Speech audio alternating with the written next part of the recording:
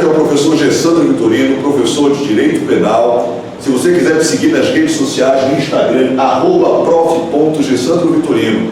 Hoje nós vamos trabalhar o artigo 2º e o artigo 4º do Direito Penal.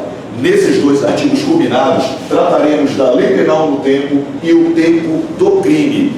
O artigo 4º, ele define exatamente o momento do crime. Ele diz assim em sua redação: considera-se praticado o crime no momento da ação ou omissão, ainda que outro seja o momento do resultado. Então, observe que para o Código Penal há a adoção de uma teoria que é a teoria da atividade, ou seja, o momento do crime é o momento em que ocorreu a conduta, seja ela por meio de uma ação, seja ela por meio de uma omissão, independente do momento em que se produz o resultado. Então, não importa se o resultado da determinada conduta ocorreu amanhã, depois de amanhã, ou um mês depois da ação ou da omissão da conduta. O momento do crime considera-se exatamente a conduta. Perfeito? Então, no artigo 4º, nós temos a definição do tempo do crime. Agora, além de definirmos o tempo do crime, nós também devemos perceber que a lei penal, ela tem um tempo no qual ela atua, em que ela tem a sua atividade. E é exatamente disso que nós vamos ver agora, a atividade da lei penal no tempo. Por quanto tempo ela deve produzir os seus efeitos. E para isso, nós vamos até o caput do artigo 2º. Veja só o que diz o caput do artigo 2º do Código Penal. Ninguém pode ser punido por fato que lei posterior deixa de considerar crime, cessando em virtude dela a execução e os efeitos penais de sentença condenatória. Então, observe que no momento em que uma nova lei deixar de considerar crime determinada conduta, a pessoa que tenha sido sentenciada, condenada, transitada em julgado e já está inclusive na fase da execução da pena, cessa-se os efeitos da execução. Não há mais que se considerar crime. Então perceba bem, a lei penal no tempo, não pode considerar a lei penal posterior, que deixar de considerar crime determinada conduta, cessam os efeitos sobre a execução, tendo, portanto, a pessoa que ser posta em liberdade. E acompanhe o que diz o parágrafo único do artigo 2º.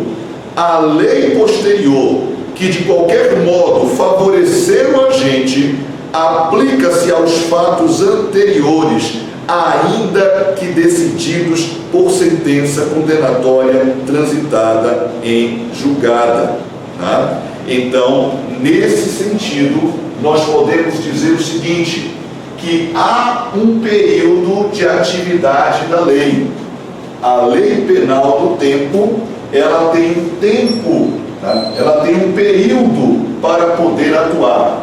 Contudo, advindo uma nova lei, e esta lei for mais benéfica ao acusado, ao réu, ela retroage. Repara bem, a atividade da lei penal é o tempo em que ela atua na sua existência.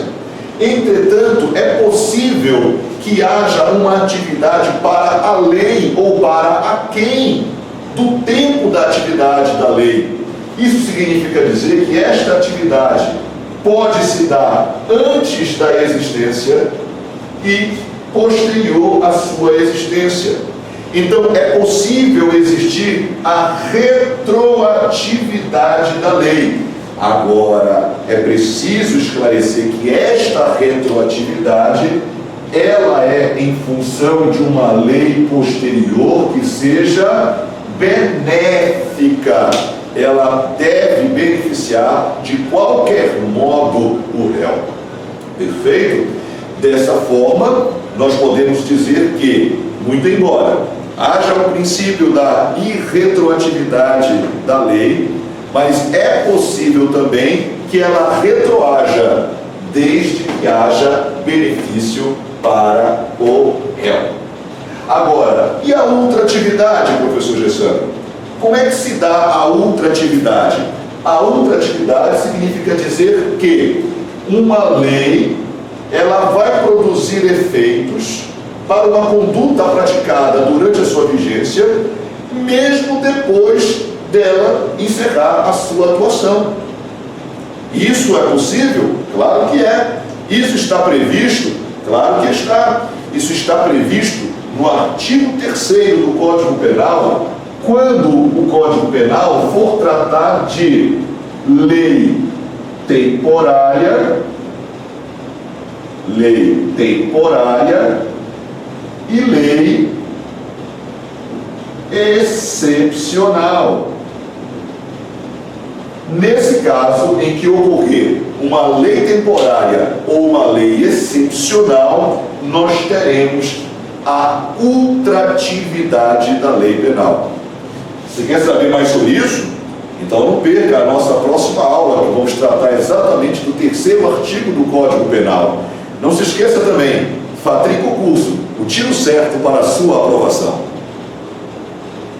A dica é o seguinte: FATRIM Concursos. Repare, FATRIM Concursos. Está ali, na Travessa Humaitá 2626, entre João Paulo e Almirante Barroso.